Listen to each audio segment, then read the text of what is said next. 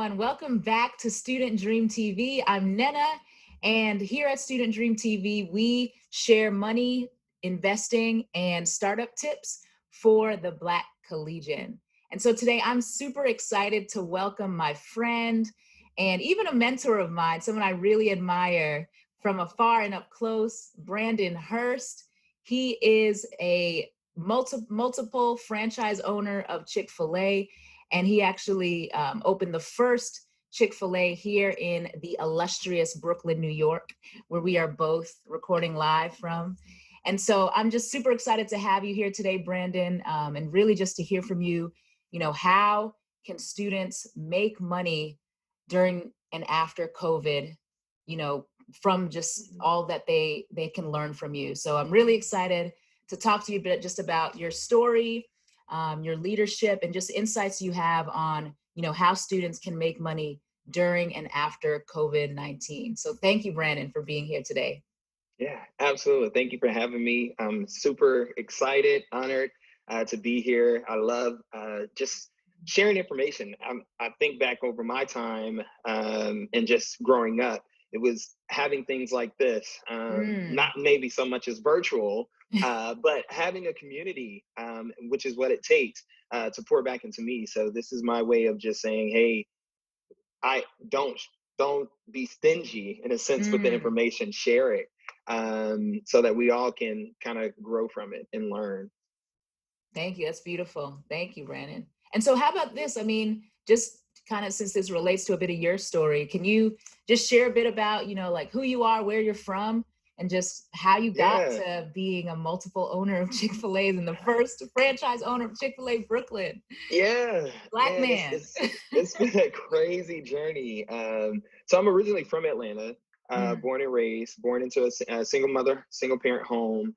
And the crazy part about this story is Chick-fil-A, or Atlanta, is the birthplace of Chick-fil-A. mm, But I knew nothing about Chick-fil-A. It was always too expensive. mm. The treat for our family was McDonald's. And so on the weekends, or if we maybe did something in school to get rewarded, it was always a trip to McDonald's. Knew nothing about Chick-fil-A, never set foot inside of a restaurant. My actual first time being introduced to the brand was my sophomore year in college. I graduated from the illustrious Alabama State University in Montgomery, Alabama. Shout out to all the HBCUs out there. Shout out to And Howard. so, yeah, And and ASU, HBCU love. yes, and I was a sophomore, and like most college students, we're looking for part-time opportunities. And originally, I had a couple of frat brothers that were like, "Man, Brandon, you should go apply to Chick-fil-A." And I'm literally looking at them like, "Bro, I am trying to go to law school. Working at a fast food is not in my future." Mm, And although I already had the experience, it was just, hey, as most students think, you can't build viable career opportunities in quick service, fast food, or fast casual restaurants. And eventually I gave in to the peer pressure. I was doing so many different things, from leading student organization. I was a drum major in a Mighty Marching Hornets band, and working and during summer school. And wow. so I was spinning multiple plates all at the same time. And eventually gave in to the peer pressure, went and applied to a Chick-fil-A, and those guys took me through 5 interviews. Wow. And I Who would was have like, thought? 5 interviews just to work at the restaurant. And I actually thought that that was very intriguing and interesting, because for a company to take that much care in selecting the right people, it really stood out to me versus some of the previous processes that I had been with some of our other competitors. And so I originally applied for a leadership position, did not get it. And there was like, hey, we believe in you. We see a lot of potential, but we believe that leadership is earned. And we Wow. want you to be able to come in and work with our team just so that you can get familiar with them. And so, me being a sophomore, I had to humble myself, honestly speaking, being very candid. I was walking into that situation thinking that, man, I already have so many leadership experience or so much leadership experience. So why not? But I looked at that and I saw it as a challenge, and I was like, okay, I can show you better than I can tell you. And so I started working there, and man, when I tell you the tables literally started to turn for Wow. me, and that was back in 2008. So when you talk about going Wow. through a financial situation, and I remember the turning point. I had an opportunity to hear from Dan Cathy, who's now our CEO, and he was at a leadership conference just talking about servant leadership. I remember leaving that conference or sitting at that conference on the front row just in tears Mm, about, man, what does servant leadership look like? And so left that feeling fired up and went back to my franchise owner at the time and said, hey, tell me a little bit more about Chick-fil-A. And now the wheels are starting to spin. It's a young, growing company. We haven't touched all 50 states yet. We're not even an international brand. And so as I'm matriculating through business school, the wheels are spinning. And it was almost wow. like God kind of aligned every single step. So give you an example. If I was in production management class, I would walk into work and my boss would be, hey, I want you to start doing inventory. I'm like, what? Get out of here. Like, I'm learning about that in class right now. And so I think the unique experience about my individual story was that I had an opportunity to take exactly what I was learning in the classroom at that particular time and pair it and actually make some real world application, if that makes sense. Mm, And so I got an opportunity. 2010 came, and that was my graduation year. But I hit a fork in the road. I had started doing grand openings. Grand openings is where we go and we train at new Chick-fil-A restaurants across the country. And I was getting ready to finish up undergrad. And so Alabama State had just approached to pay for my master's in accounting. And but I also that's had a amazing. life. Wait, hold up. Can you pause for this? Can you say that one more time? Yeah, so um, I was very competitive in our business school, and so Alabama State had approached me to offer to pay for my master's in accountancy program, and I So was like, take notes, okay. y'all. Take notes. What do you think? So Just a sidebar, Brandon. What do you think position you for that? Because I think sometimes students can just get in the rut of, oh man, I got to go to another class, another quiz, and not put in their full effort. But that your effort paid off. So what can you say yeah, to that in terms of how you're able to man, position yourself for a scholarship offer? yeah. What I would say is one of the things I guess I really get from my family is anything that you're going to do it with a high level of excellence, no matter Mm, who's watching, right? I think that just speaks to work integrity. And so for me, it wasn't necessarily how I was performing in the classroom, wasn't necessarily so that I can get a bunch of accolades or anything, but mm, it was how I wanted to represent myself. And so I think some of those things went noticed, and people started to take on of like, hey, this is someone that we want to represent our university very well. What are some resources that we can provide to this particular student to help wow. them do just that? And I built relationships. I think that's Message. very key with your university professors. I know growing up, my family's one of the things that I always used to hear is closed mouths don't get fed. Mm, So if building those relationships, especially at an HBC, just building those that rapport with your university advisors, your professors, and just understanding or helping them understand where you are in the process in the journey. And so it was just natural as I started to think about, hey, do I go to law school, which was always my lifelong dream. And then they kind of hit me with this of like, hey, you could go to law school, but how about you get a master's here? right. And so I think that was very important. I had a lot of people on campus or a lot of the academic advisors who knew me and they kind of knew my drive and what I wanted. Drive. Yeah. And I That's think an that's asset. also, yeah. But I also think that's so important for college students too. I was just having this conversation with one of my current leaders at my restaurant was your mindset to just make a commitment to something. I think Mm, right now in this time we are figuring out like, well, we oftentimes think if I make this commitment that it's etched in stone, and it's like, exactly. That's me all the no, time.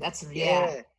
I think the power of commitment is you being able to align your focus in that particular Mm, season, if come that makes on. sense.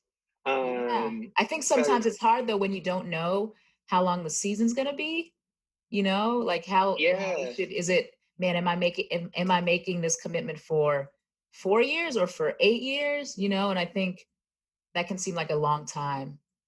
it very well can be, but I also think making a commitment with an intentional plan as well. Mm, that's good. Um, yeah, I mean, because when I think about just how I've matriculated through my career, whether it was right or wrong, I always had some type of plan that was written down and was like, okay, well, I'm gonna do this for 2 years and then go on. But I think you have to be versatile in a sense of when plans don't go as you Right. expect them, how flexible are you? And as young as we are, I mean, we should be able to really tolerate a lot of risk. Come And I think that's on. so Yeah. important. Um, and just understanding your purpose, one, and making sure that every decision that you're doing is that you're doing it for you. You're not trying to live your parents' dreams, or you're not trying to keep up with the Joneses on the east side, or whatever the case may be. Just the decision is making sure that you're making it for yourself. Right. And That's a so, great question. Can I actually I mean, this isn't really a pushback, but just a question that I know comes up in a lot of, black and brown communities, especially if you're the first to go to college or the first to graduate and you may not mm, come from means. It's like, yes, I'm young and I can take risks, but everybody's counting on me. So, can I take a mm. risk? What do you say to that? Okay, so I like that because I've had several conversations about this particular topic. And Yeah. so, unpopular opinion, I always tell people look at look at the story of Harriet Tubman, right? Mm, And so I was reading her biography one day, and I think the first chapter opens up talking about how she first went alone. So think about that. wow. So she had family that she needed to provide for, but she knew in order for her to continue to chart out that path to freedom, she had to go and take those risks by herself first. She had to go and make sure that it was safe. She had to go and make sure that she knew that she could actually accomplish the journey before she had to come back to the village and grab everyone.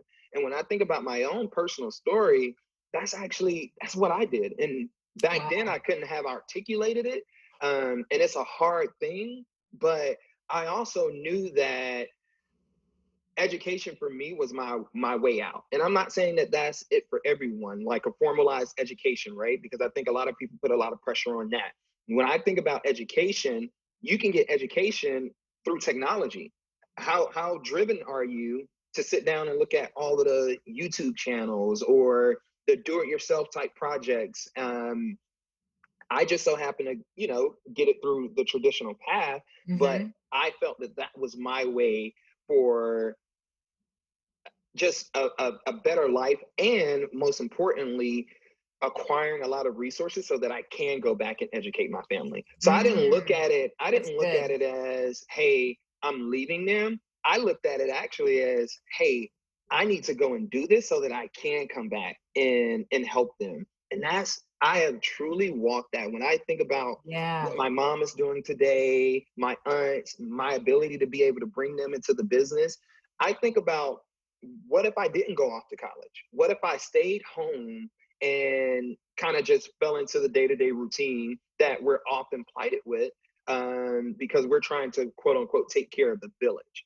Um, Sometimes I think we just have to make those hard sacrifices for a short period of time to go and make sure that we invest in ourselves so that we can then go and pour into other people. Right? If your cup is not filled, if it's not full, how can you continuously pour into someone else? That's a And fact. that includes family, right? Yeah. And so I know having a conversations with my college students that work for me, uh, if you have the opportunity to go away to college, do it. Mm. You learn so much about yourself. You learn so much about just interacting and coexisting with others that you may not necessarily have been exposed to.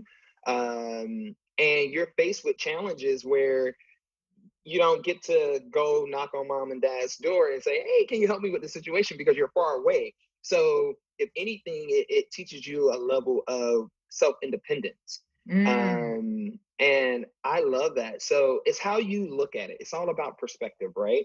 Yeah. And that's a So, great perspective because I mean, I'm very much so.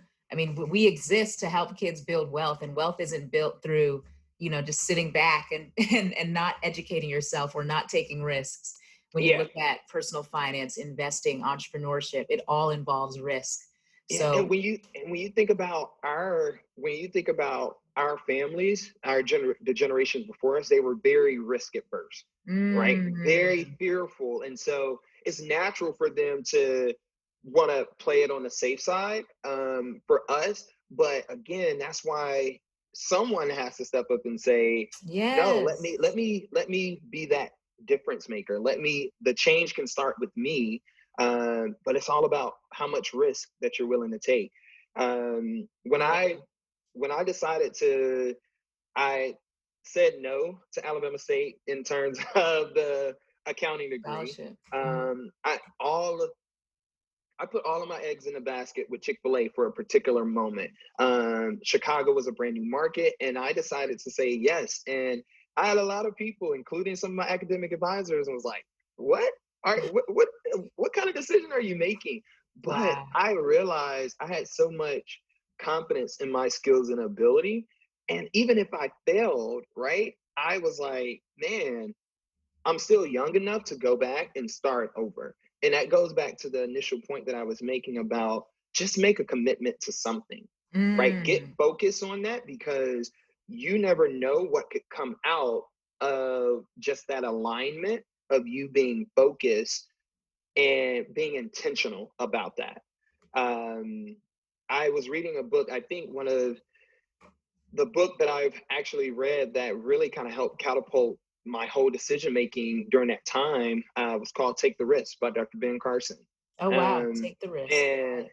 one of the things that he talked about That's is great oftentimes title. when we're assessing risk, we think about what's the worst that can happen, and we never think about what's the best that can happen. Come on. So you're that first generation of college students. What if you go off to college and you represent yourself and you represent your family well, right? What are the possibilities that what is the value that could come out of that?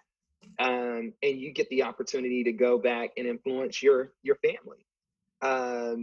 As opposed to, well, if I get to college and it doesn't work out, what am I going to do? So I would always tell people, think about when you're looking in times of uncertainty, think about, hey, what's the best that can happen?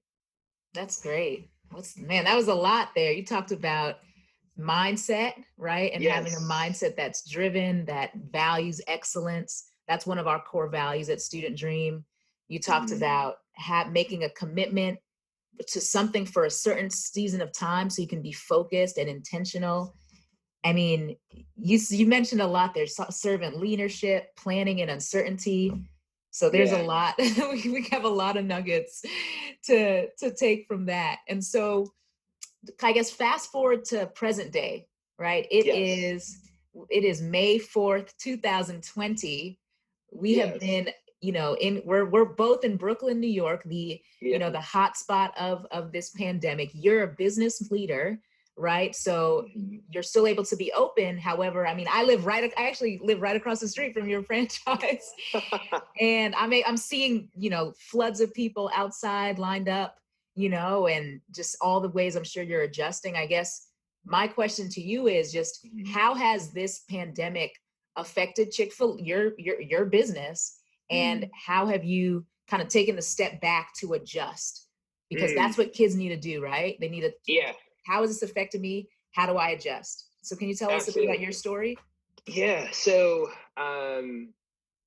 what I would tell you when we first, let me fast forward February or rewind February of this year, I was actually on a cruise with Wow. all Chick-fil-A owners across the country. Every year we do an annual conference, and this particular year was actually on a cruise. And so it's just like I got back in the middle of February, and boom, this happens. And when it initially started to onset, my initial thought was, okay, this is actually getting really serious. I think the governor put us on stay-at-home orders, what, Hmm. March 13th or somewhere around there. And so, first, I'm always thinking about teams. So I'm having conversation. Hey, how does this affect you guys? How are you feeling? Are you concerned with your safety? That's And good. initially, I think people were just, hey, we'll see how this plays out. And then that second week came around, and you started to see all of the spikes in confirmed cases and the Yeah. deaths. And so I think that really hit a nerve for us of like, man, this is like really happening. And so we started to see drastic decline in sales. People are staying at Wow. home. And now I'm actually going into survival mode of, first and foremost, how do I take care of my people? Like, what are going to be steps if I have to close down? How am I still going to continue to provide for them? And I actually hit a wall, a breaking point, Yeah. actually. I remember I was on the phone. I talked to several financial advisors, just trying to put together contingency plans of, hey, if I have to close, what does this look like? And I, just as we're sitting down having this conversation, I'm sitting in this very same chair, and I'm having the conversations with my leaders, and I'm like, hey guys, I think I'm about to close, at Wow. least for the next 2 or 3 weeks, so that one, we can give our team members time to take care of their families, and just see where they are. And even in the midst of that, even in the midst of that, my team members stepped up and said, "No, do you see how busy we are? Wow. Why would we close?" And granted, I was willing to still, during the closure, pay my team members. I had sent out email communications of saying, "Hey, this is an option," and just the responses I got back in a sense of, hey, we're essential too. Like, think Wow. about all of you think about the police department, the headquarters that sits right across the street from us. Those Right. guys are still having to go to work. They need a place to eat. You can't just go run into the Wow. grocery store That's a good and point. pick up a quick grab and go. I think about all of the hospitals that are in the areas and the essential workers that need to still eat during the time that they're serving on the front Yeah. lines. And And just to give so, folks context to listening, we're actually located. So I live in downtown Brooklyn, right next to the Barclays Center, and yeah, Chick-fil-A Flatbush is located right across from the Barclays Center, downtown Brooklyn. So yeah, everything, there's so many residences, businesses, public organizations like the NYPD, like the hospital. So that's a great point that you make, Brandon. yeah, and as we started to go through that, I'm thinking about, we started getting orders to feed like Whole Food workers. So nobody's thinking Wow. about, hey, those guys who are actually truly essential and they're out on the front lines having to save the community, keep the grocery store shelves stocked. We're providing a service to those individuals as well. And so in hindsight, I am so glad that one, I saw outside counsel, right? And I think that's That's so good. important when you're in the midst of going through the storm. You can't rely on your own wisdom at times, right? Hmm. You got to have those trusted advisors that you're able to reach out to and seek counsel from. And so I'm grateful that I did that. And but most importantly, I'm grateful for just the commitment, the loyalty, and the stamina of my team. Um, at one point we were still opening at 6:30 in the morning, and for me to get up and be there with those guys, and they're still having smiles on their face, good morning, Mr. Wow. B. um, I drew a whole lot of source of motivation and inspiration from there. And now when I think about it, so we've been so blessed, we haven't had to close down. We're actually on an uptick in sales. Wow. So That's a I miracle, mean, man. it is. We have been fortunate enough to donate to community organizations, to hospitals, and I'm also just grateful for the partnership that I have with Chick-fil-A as a whole, for them to just step up as an industry leader and Yeah. to provide some of the incentives and things that they are doing to support the franchise community so that we can continue to keep our doors open. I think about, I have just the dynamic and makeup of my team. Not everyone is able to get quick access to government assistance. And so when I Right. think about, That's a man, good what if point. we could have shuttered our doors? What, you know, think about the financial impact that could have on them. And so we've just been in a blessed opportunity in a position to continue to provide for not only for our team members, but for the community as well. Wow. That's incredible. I'm Yeah. so happy for you. Thank you. So we, in the midst of this, and I think this is a good pivot point. You asked about, hey, where was your mindset and what did you start to do? So once Right. I got confirmation from the team of like, no, Mr. B, we're in this thing. It's like, all right, so how do we, the new norm, how do we prepare for that? What is our mindset? And so again, I think leveraging technology. We have a Chick-fil-A, the Chick-fil-A mobile app, which is incredible. Mm. And so we've seen Download it right upwards, here, guys, in the show notes. You yeah. So see it pop up. we've seen incredible just conversion rates from people that would normally enjoy coming inside of the restaurant to dine with us. We've seen a lot of them convert over to the Chick-fil-A mobile app. It's a contactless experience. It's Mm. faster, it's quicker, it's safer. Literally, if you walk past the restaurant, you're able to go out, tap, and we'll bring the food out to you once you've checked in. And so that has immediately reduced the amount of footprint that we have inside of the restaurant. From a team member perspective, we quickly, I've always had a professional cleaning crew, but Okay.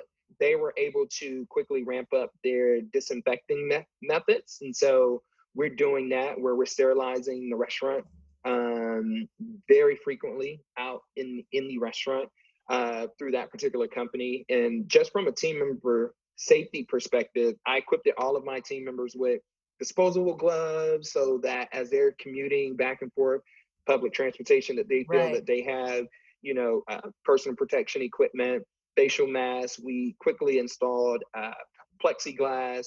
And so we just started to think about, hey, there's obviously a demand. Like the community appreciates us, the community wants us there. So how can we still meet them where they are, but yet still making sure that we're practicing social distancing, still making sure that we're implementing a lot of the health recommendations from the CDC, because the reality, this is the new norm for the next several Yeah. months until they are able to come up with a concrete vaccine.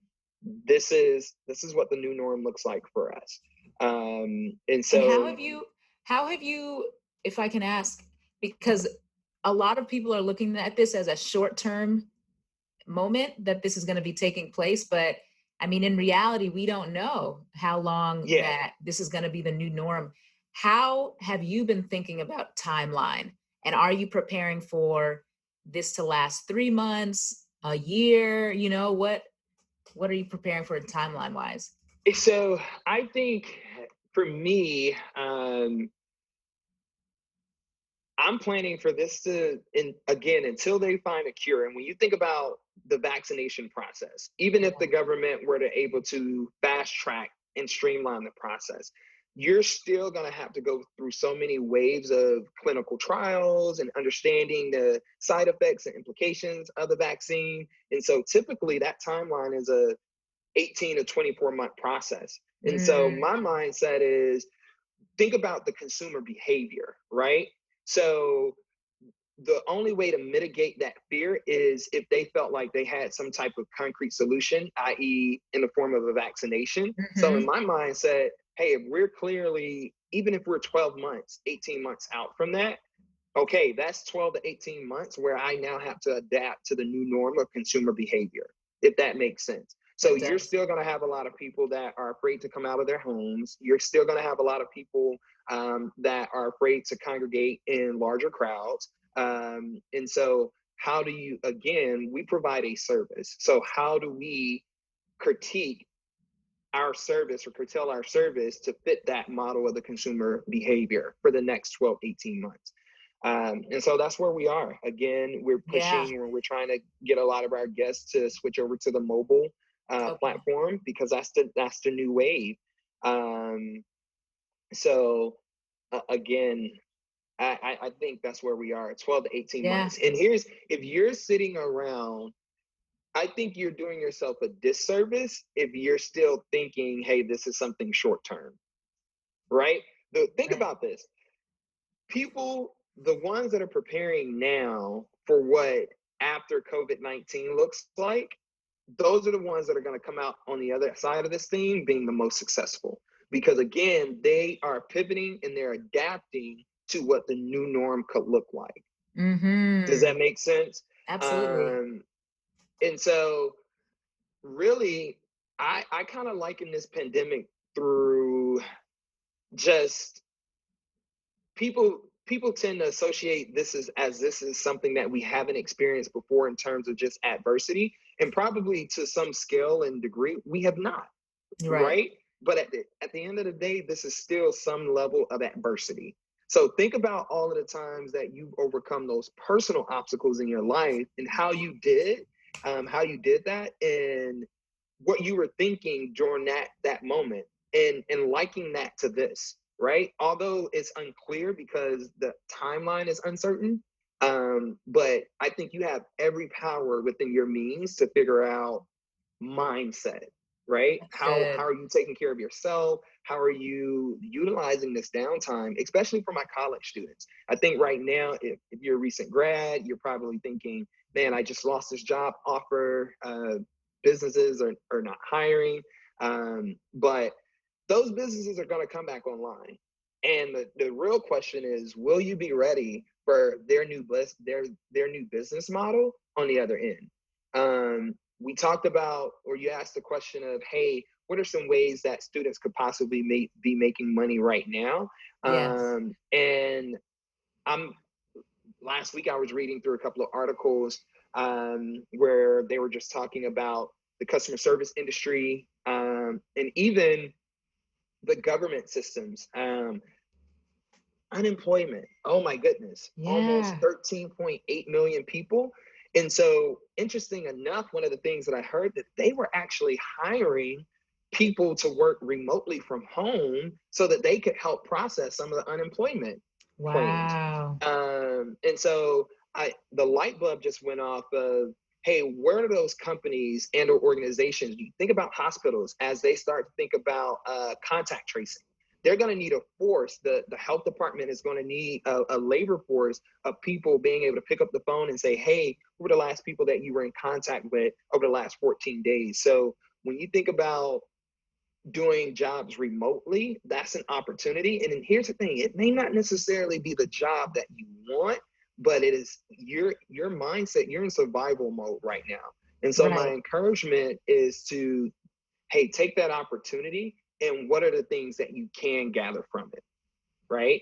Yeah. And And because so, it's like you got to eat. I think we can't, like, I mean, as the name of our company is Student Dream. So absolutely, we want you to live the dream, to live yes, your dream, to be able to support yourself and do work that you love. However, sometimes you have to do things that you don't want to do in order to do what you want to do, yes, And so, yeah, I think that's important to emphasize as well. yeah. And I think, along with that same saying, I think about Dave Ramsey. I know you've worked through Total Money Yes. Makeover, and one of the things that he talks about in his books as it relates to just personal finances is live now like no one else, so that later Mm, you can live like no one else. Think about that. Live now like no one else, so that later you can live like no one else.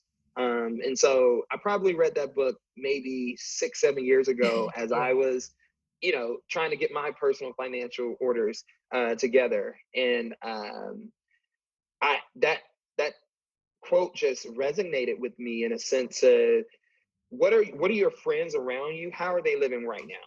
Right? If they're the Yeah. ones that are like, I saw, oh my God, I saw like people were lined up when the malls opened back up in some states around the country for a pair of Jordans, for a pair of Oh, tennis shoes. man. And I was like, Same. okay, so you got $300 to spend on those shoes, but how could you flip that $300 in the stock market? Come on. And so again, but I think that goes back to mindset, right? Yes. Oftentimes there are things that we don't want to hear as it relates to just our personal finances, and or just some things that weren't taught Right. in our household. I'll be candid. I can't recall a budget saving personal finance conversation at the dinner table growing up, right? Yeah. But how do you utilize this time now? You're different. A lot of the students that are online right now probably are among the first in their families to go off to college. So what are you going to do with that knowledge that you've acquired?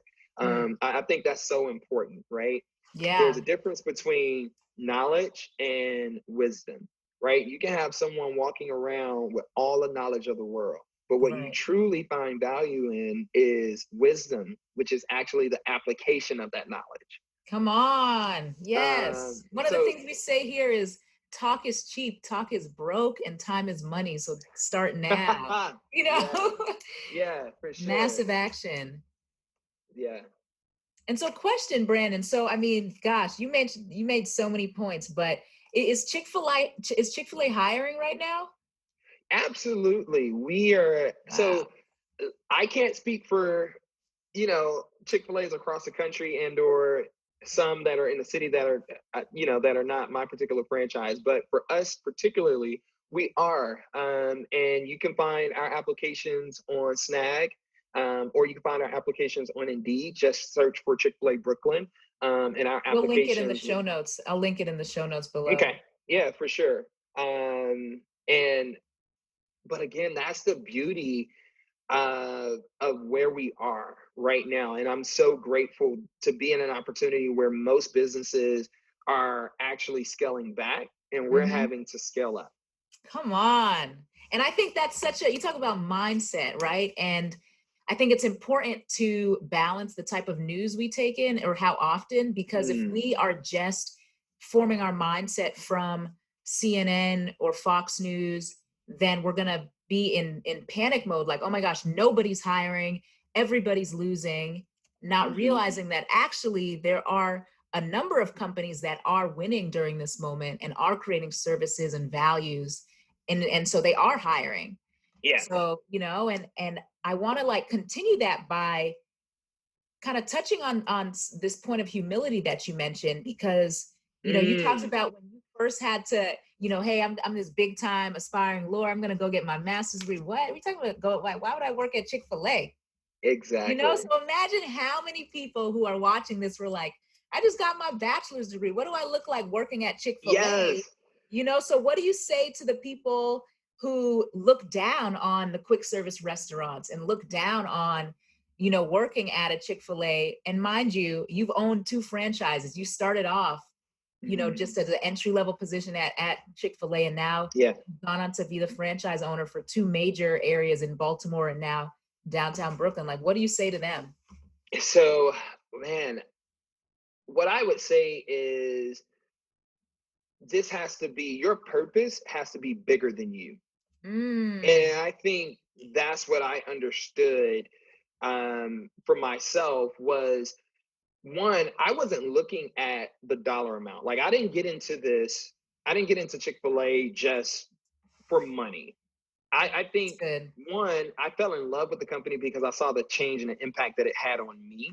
And I very quickly started to realize the purpose and the impact that I could have on others and those are around me.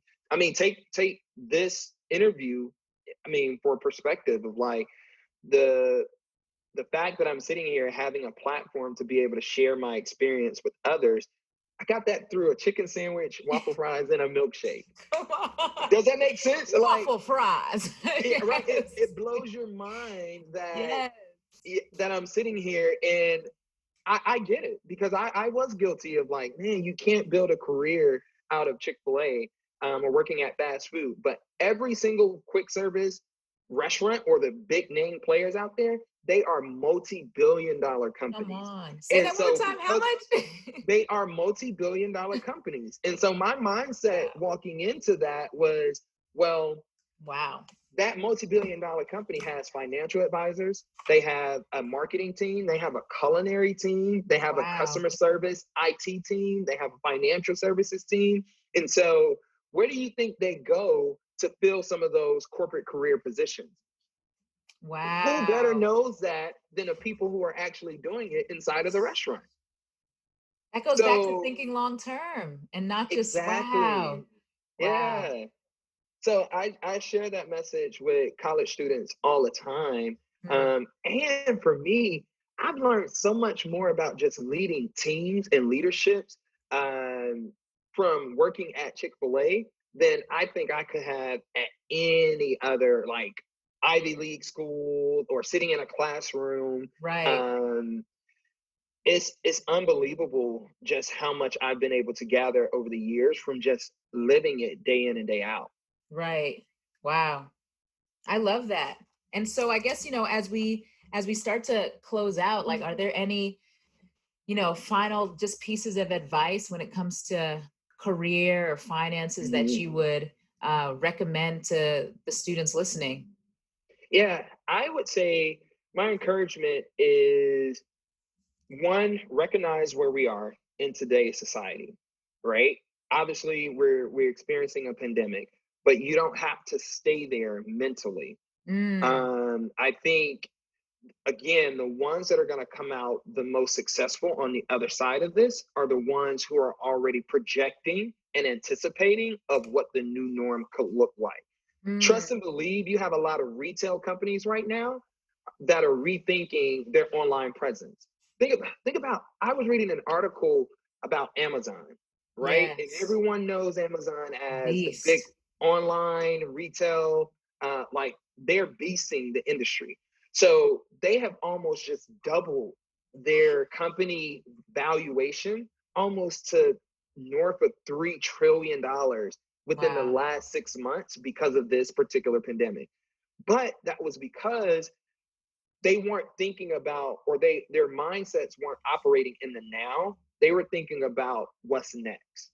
Hmm. And so I would share That's that good. What's it's so next? crucial. Yeah, it's so crucial that students are protective of their mindset and they're feeding that mindset with positivity. Another thing that I would also think about is utilize this time to maybe fill some gaps. I think about just matriculating through my career opportunity, and every time that I heard a no or not yet, I didn't sit around and muddle in like bad news. What I did was I Right. tried to identify those windows of opportunities for me to close that skill set gap. And so, especially for those that have just graduated, like virtual meetings are now going to be a thing. Right. How do you do virtual presentations? It's different from being Mm, in person. So, how are you crafting your skill set and building upon that now? Because again, jobs are they're going to get back out there, and there's going to come a time when they start hiring. How have you, as my boss used to tell me, how have you increased your own stock value come during this on. particular time? That's great Um, because that's something that a number of the leaders I've been interviewing have said. You have to think like an investor. And the yes, first investment you need to make is in yourself. in yourself. Yeah, yeah. And that's one of the things that I have been doing. Just thinking about, hey, what am I reading differently? There are Yes. different podcasts that I'm trying to listen to. Student It's Dream has a podcast, guys. So you should listen to the Student Dream Well, podcast. there you go. And here's what I will also say is think about, if you're looking for a good starting point, think about pre COVID-19 and how we Yes. were always constantly fighting for more time. Like, man, I wish I had more time to do this. I wish I had more time to do that. Well, what is that, this and that you now have the time that you can be working? Mm, that's a word. Yeah, so I've been battling with that myself because I know I was like, man, there's not enough time, but now you have the time. So, Right. what is it that you're going to work on What is it to you're come gonna out work on on? the Let other us side of know, this? guys. Let us know in the comment section below. What is that now that you're gonna be working on? And again, if you found any part of this talk valuable, just smash that like button and share it with a friend. And I guess my last question for you, Brandon, is just, you so much of what you talked about today, you mentioned articles. I was reading this article, I was reading this book. What are you feeding that mindset? Feeding your mindset with positivity. And I love the quote that readers are, or the best leaders are readers. Mm, And you guys, we set the bar high here at Student Dream. At the minimum, you need to be reading one new book per month, whether that's fiction, a mix of fiction and nonfiction. Um, hmm my track record is reading at least a book a week, just to keep sharp. I think if you're Yeah. going to train like Jordan, right? We train hard when it comes to basketball, when it comes to, football, when it comes to our music, but we have to train just as hard when it comes to Yep. ourselves, and business and investments. And so, what would you say are some of the books or the articles that you've been reading, Brandon, that you would recommend to Mm. students? Awesome. So, um, I have two books that I'm reading right now. Okay. Um, One is The Potential Principle. Mm, Actually, I think this is a very good book in this particular time, as it talks about everyone has potential, right? yes. But the leaders that we see are the most successful are the ones that are able to tap into that potential and really get deeper on that, and Yes. build upon that potential, right? Recognizing, hey, what are my potentials and how can I take that from good to great? I love it. um, and one book that I just got that just came in this week is called Leaders Eat Last. Mm, As I think about just, I've been in this space of being very inspired and motivated just by my team members. I told you about that incredible story of where I was on the brink of yeah. closing and they just said, hey, like, no, why should we? And so that actually is what kind of made me get this book of like Leaders Eat Last. I sat down and I said, well, why is it that they have such a level of loyalty and commitment? And I think it's because they have great leaders around them that is putting their foot forward of like, hey, I'm in this thing with you guys. Like, Right. I'm out, I'm showing up to work and I'm on the front counter serving right along with you guys. And so those are two books that I'm reading. Well, I'm actually going to start this week as soon as I finish The Potential Principle. Um, but not quite on a one book per week yet. Hey, I don't always I finish them. I salute start you. them. I start them. I like, I need it. I don't always finish it in a week, but um, I start it. so, but those, like I said, those are two books that I read. Podcasts. I'm always listening to like Oprah Winfrey and her soul Yeah. classes, TV Jakes, and just some of the other different podcasts that are out there that centers around a mindset. Again, I keep going back to Yeah. mindset because Mindset. people think, listen, mindset is free. Right. Nurturing that is free. Come on. So even if it's, you and I talked, we started off before the recording of just like going bike riding, right? That's a form of conditioning my mindset and self care. That's free to do. Yeah. So simple things like that is so important. That's great. Thanks, Brandon. And actually, I want to ask one last question, maybe second, two more questions. But So you kept mentioning your team, and have you been watching the Michael Jordan documentary? I'm not. I hear Ah, it is okay. really, really good. I'm a binge watcher, Yeah, so I'll wait for a season or a show to end, and then right, I'll sit down on a Sunday and watch it because right. I No only watch problem. TV like a week, 1 or 2 days out of the week. Yeah, no problem. But Well, the reason I mention it, and you used to live in Chicago, I mention it because you keep hearing about just the team. It wasn't, even though Jordan was great, it wasn't just Jordan. You have Scottie Pippen, you mm, have, John Paxton, you have Dennis Rodman, and even when mm, you look at the 1992 Dream Team, just these dream teams that were built. And you talk about having a great team. mhm, And I think a lot of times as we are walking through our career, walking through our finances, walking through just change, we try to do it alone. And so, mhm. can you talk to me about how you've been able to really build a strong team? Yeah. Yeah. So it goes back to one. I talked about earlier about making sure that your cup is full before you Yes. can start pouring into others. And so for me, what does that look like? I'm doing therapy. I do virtual Nice. therapy, spiritual That's so good. guidance, and just 2 to 3 trusted advisors. When you think about your team, right? Your team dynamic, the people around you, Yeah. um, that's outside of your immediate friendship circle. And so that's kind of my team. And then that inherently gives me the ability to be able to go and build, a team for my business. And so just making sure that they feel cared for, and that they're well taken care of, even if it's a conversation of, hey, how's your family? How are you doing? And it's not just all about work. But I think the biggest piece about building a team is you got to have a captivating vision, right? Mm, And so that goes back to earlier. Oftentimes, recent grads they're afraid to make a commitment, and visions change all the time. Commitment yeah. changes all the time, but if you don't write it down and make it plain and clear, like you're just really driving without any direction. Whew. And so I think that's so important to just the onset of starting to build a team. You got to be able to have something that's captivating for people to want to follow you. Your behaviors, your characteristics. We talked about that servant leadership. About how I define leadership is your ability to be able to serve others, Mm, and that success is defined by how well you're able to achieve great results through other people. good. Some people may call it the buy-in factor, right?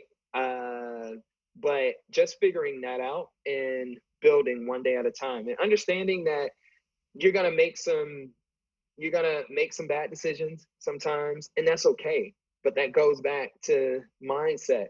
People Yeah. think about people think about failure, right? And one of the things that I share often is, if you really think about how many times when you were a kid and you fell, but you had to Yes. crawl before you walked, and so you fell so many times, right? It wasn't an issue then. What happened? Right. We got back up and we kept doing it. So if you really think about it, we've already been exposed to failure since birth, right? It's just how you look at it. I think about how many times I fell off the bicycle and I got back Right. up. All right. So make a commitment, right? Let's bucket that that ideology of fear, that fear factor, right? Let's package that up and sit that in a corner somewhere. Yeah. And get after it. I love that. And like, you know, I think about friend groups, right? And how friends can really make you or break you. We've Mhm. seen so many stories about, you can be around just two great people and how that can accelerate your growth, but two poor influences and that can like just break and destroy your growth.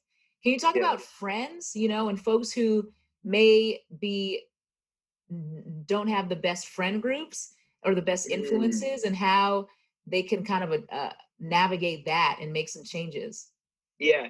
Um, what I would say is, this goes back to the cliche saying of, hey, if you assess your circle of friends, and if you're the smartest one in the group, you need to probably find your different circle. And that doesn't mean that you have to unfriend that Hmm. particular circle. You have to have your boundaries and you have to know what's meant for you. Right. It's just like the law of the lid, right? If you can't, I realize the moment that I cap, or I stop growing and I stop learning, and I stop having a lot of positive influence, I indirectly put a cap on others who may want to follow me. Mm, And so think about that and how that hits your immediate circle, whether that's your friend group or your family members. right. And so just because you distance yourself and or you place boundaries, I think that's a better way to put it, doesn't mean Boundaries. that you love a person any less. And you have to apply that with your friends. And oftentimes what I found, your ability and your strength to be able to go to that friend and say, hey, I'm actually going to pull back on our friendship, because this is how it's negatively impacting me. That Wow. actually like sends the light bulb off on that other person, and they're like, man, well, what is it that I need to do? And they may not necessarily get it right then and there. But think about the possible impact that could come from just having that conversation. That's good, And Brandon. it's dealing around this. You can, how do you love people from afar? Thank you. Thank Yeah. you. Any final thoughts? Any final, kind of pushing the chest like rah rah rah encouragement for No, anybody I listening? Final again, my encouragement is, how do you find a silver lining in Yeah. opportunities that are presented to you? Um, Sit down right now, utilize this time, think about your passions and what you're really good at and your gifts, right? Mm, People, we don't spend a lot of time thinking about what our natural gifts and purposes are. And where those two align, that's that's where good. you either look for opportunity or you create opportunity. And so Mm, we're right now, I look at this whole pandemic in a sense as it's a gift of time, wow. right? Yeah, I It's a see gift that. of time that's been given back to us. And so, how are you going to utilize that in your favor so that when this is all, when the dust settles, you're going to ask yourself, do you want to be one of those people, man, I wish I would have done, or I'm glad that I did this during this particular time? Wow. Awesome. Well, thank you so much, Brandon. Again, So, this thank is you. yeah. No, so my question to anybody listening, again, you've heard all of this great piece of advice, all multiple pieces of advice from mindset to having a plan, taking action. And so these are truths, right? Brandon would not be in this position that he's in now if he had not applied that truth. And so for transformation to take place in your life, you need to take these truths and actually apply them. So I want you to write down in the comment sections below, what are the 1, 2, or 3 steps that you are going to take? What are you going to apply from everything you learned so that you can actually not just get through this season, but you can thrive during this season because you have a new mindset, because you're prepared. Because again, at Student Dream, we believe that talk is cheap, talk is broke, and time is money. So Money. start now. All right. And again, this concludes our keynotes series where we are interviewing the best business, investment, and entrepreneur leaders to help you make money during and after COVID-19. Thank you so much, Brandon. Thank Appreciate you. you. And we'll talk to you soon. Talk to you soon. All right. All right. Bye. Bye.